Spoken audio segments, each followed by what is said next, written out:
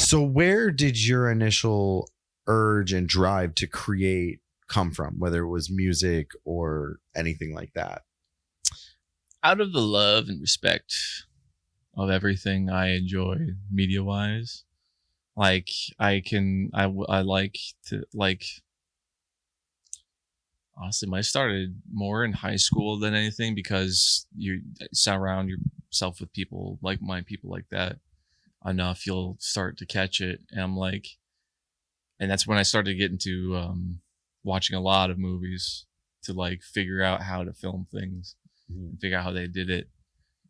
Especially like very low budget movies like Clerks. Clerks was obviously a big stepping point of what I wanted to do. Not necessarily filmmaking, might have been part of it, but to create anything at all that people might see. Right. Like I remember times on early YouTube, 2006, 2007, early YouTube, I would like any little thing that I did that like was stupid, or like I would like cut my finger open. I literally like would film it and put it on YouTube. And just like, look at that. Oh, it's like I actually have a cut right here, a scar. It's like, oh, look at it's blood is coming out. And like, I was like making little snuff films on like very like childlike snuff films of me just like showing blood from my finger, like and gushing out. It might be psychotic, but I mean, probably a little bit. It might be murder, like a murderer kind of thing. But, you know, even my son's got that a voyeuristic thing. He got a digital camera for Christmas. Oh yeah, he's all into making videos and stuff, and he's doing that. It's hard to watch him, but you know, that's art. He's it's into art. it, you know, and that's really cool. So there's I believe there's always an intention. There's like, especially when you take your phone out or take out a video camera to film something, there's an individualistic intention that everyone has, and we'll never be able to see it the way that the maker does. And the maker can have fun with it and be like, there's all of your idea of what this might mean will never match to what it meant to me at the time. I think that's one of the biggest and coolest things about art. Whether, I mean, it's music, painting, or film or anything. Once you let it go, your original intention no longer matters, because you can defend it all day if you want. But if that's not how it came across in the minds of other people, the only thing that matters is how they perceive it. And so that's a really important thing. And that really goes down to consuming art and reading in general. Because I used to think like, you know, why would I just read?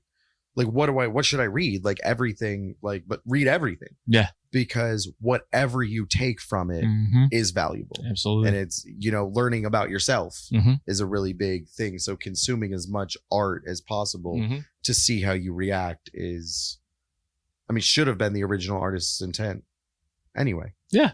And it kind of becomes it if you learn to let go as you release. The art is really meant to challenge your thinking, right? To make you think different.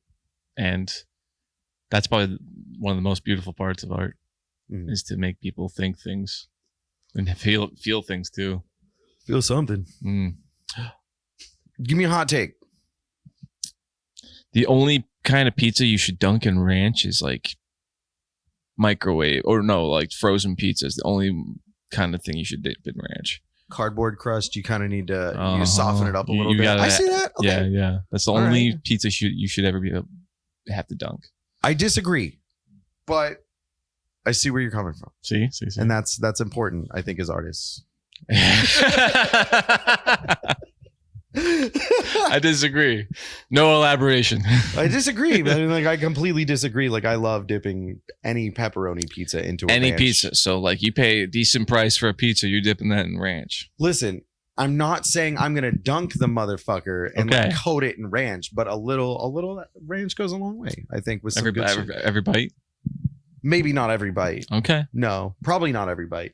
Honestly, when it starts to slide off and stuff, or like that first bite, it's really hot. And so like the ranch doesn't even stay anyway. So you have to let it cool anyway. Okay. So you get your first nice hot, fresh bite. You got to try it. I'm a try shit without sauce. Absolutely. First. Absolutely. You have to know the base. Every time. The base. You know, so I think every pizza can go ranch, but I understand being a purist, and I would never, a purist per dollar. Yeah, right. I get that. If I'm paying a $20 pizza, I mean, we went to New York, and I didn't dip a single slice. No, yeah. I don't because think it probably would have cost me $5 extra. But they probably wouldn't let you. Like, you want ranch? What are you doing? You want ranch? That was a crazy time. I love that. I'll put a picture of the pizza man. You with all the pizza on the street. Pizza man on the street. You sitting next to that big pile of pizza. Oh my God. Cut to that. There's so much pizza. So you recently told me you're a part of a book club. What book has your book club been reading? We've been reading Stephen King's The Stand. That's a big fucking book. It's a huge book. That's the biggest book I ever read. Yeah. I'll be honest. Okay. They're coming out, I heard, with probably their 4th adaptation of that book because they can't get it right. I know of the 2. I don't know if there's any there. There's the miniseries. The miniseries in the 90s. It's like 2-part. Yes. Like 4 hour long, whatever. Mm-hmm. And then the Paramount Plus series, that's coming out. We haven't seen those yet. We want to read the book first. We want to obviously get the best version. Is it already out? There was the 2017 Showtime or Paramount Plus series, 2017, I believe. I thought they were making a new one. I think they're talking about making a new one right now. They're doing the Dark Tower on Amazon. Yes, that too. Yeah, that's what the world. I can't believe he's still writing. Absolutely. That is insane to me. Like, does he still do cocaine like that? No. He's got old guy meds now. They call it Adderall? That's for the kids. Drinking Long Island iced tea. He's on diet pills. He must be. Long Island. He's got his 5th Holly Gibney book coming out soon, which is one of his biggest characters right now. Yeah, Holly Gibney. I've read the handful of his books that I have, and it's such an expansive universe. Yes, he's very much in the detective stories right now. Yeah, very much. That's not surprising. No. He'd be better off going for some mainstream detective stories. It was really good. Supernatural stuff for a while. He still puts the weird shit in it. Well, of course, not like Supernatural, but like his weird Stephen Kingness, where he will get deep and dirty with his characters. What is your most memorable or most exciting, like famous person experience, like that you've met and had a maybe a connection or a lack of connection?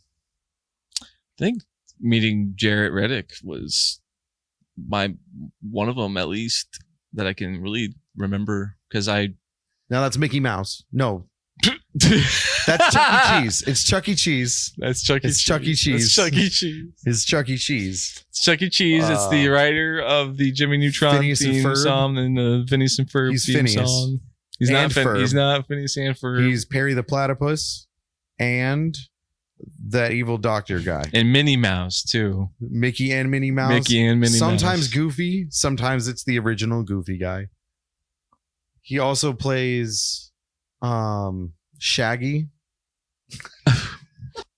I got to tell Jarrett Reddick that I've been a fan of Bowling for Soup for 6 whole years. Since I was 6. I got to tell Jarrett Reddick that I have been a fan of Bowling for Soup since I was like 6. That was like that might have been 2012 that I told him that. So when you were 12, you said for half my life. No, in 2012, I believe I was 15. You'll always be 12 to me. That's okay. So for like almost most of my life, I've been a fan. Life. My mom and dad would put Bowling for Soup on like mixed CDs for me for my little CD player I had. Oh. So like I got a good mix of, and not just have like, one band at the time. Nice. Because I also loved Kids Bop too at the time, for sure. Oh. Kids Bop Kid. Oh. And Bowling for Soup was on there for sure. 1985, I believe, was sung by children. Yeah, I was never really into those. No, you couldn't have been. That wasn't me. I grew up listening to Rancid and shit, so I literally it wasn't. I didn't have children's music. I was like everything, but we had Green Day, of course. Who didn't? But I'm trying to think of like really punk. We didn't really have punk when I was a kid. My mom listened to ABBA all the time and making me watch Kiss DVDs. Which Kiss DVDs are good though. Like, Damn at the Park is my favorite thing that Kiss has ever made. We'll have to sit down and watch that. I love that shit so much. I have a fun bowling for soup story. Okay. So when I was in middle school, Yeah. so probably around the same time that you met Jarrett Reddick. My mom was winning, and she's still winning, all of the radio contests. So our local alternative radio station was giving away tickets for Bowling for Soup. And she's the reason they implemented the 90-day rule also, that you can't win. You can only win every within 90 days. Oh, yeah. Wow. She won everything.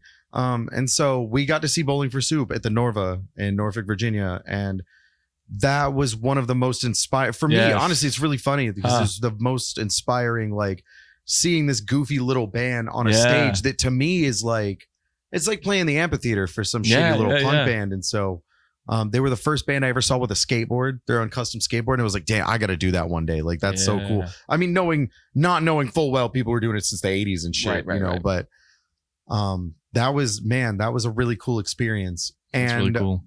Supposed to be getting a guided tour of the Punk Rock Museum by Jarrett Reddick. So I'm going to be like, hey, do you remember that Alex kid from upstate New York? Yeah, he'll remember. He will. Dude, he probably will. He's like, I hated that kid. I really did. But he inspired me to do Chuck E. Cheese. So, because he was this cheesy. All right. So, Mr. Alex VinylPink.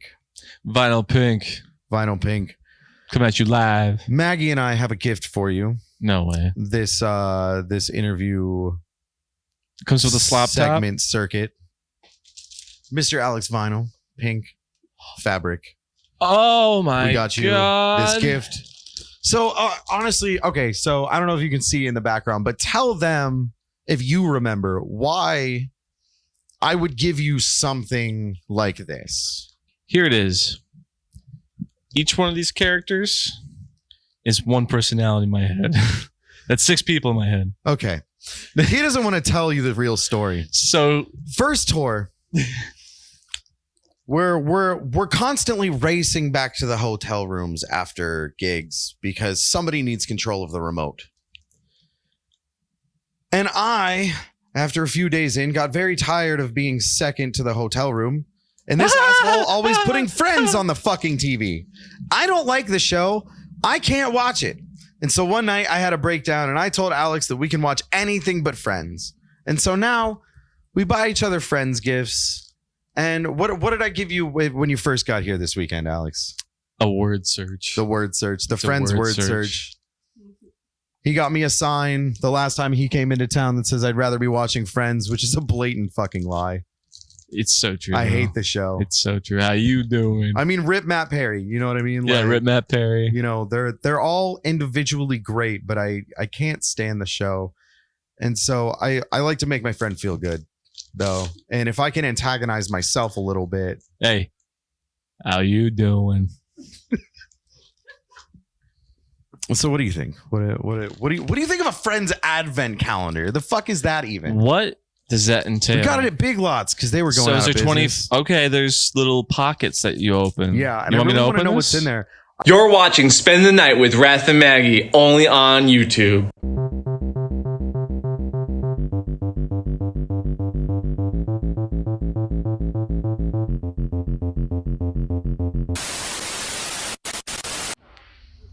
It's good.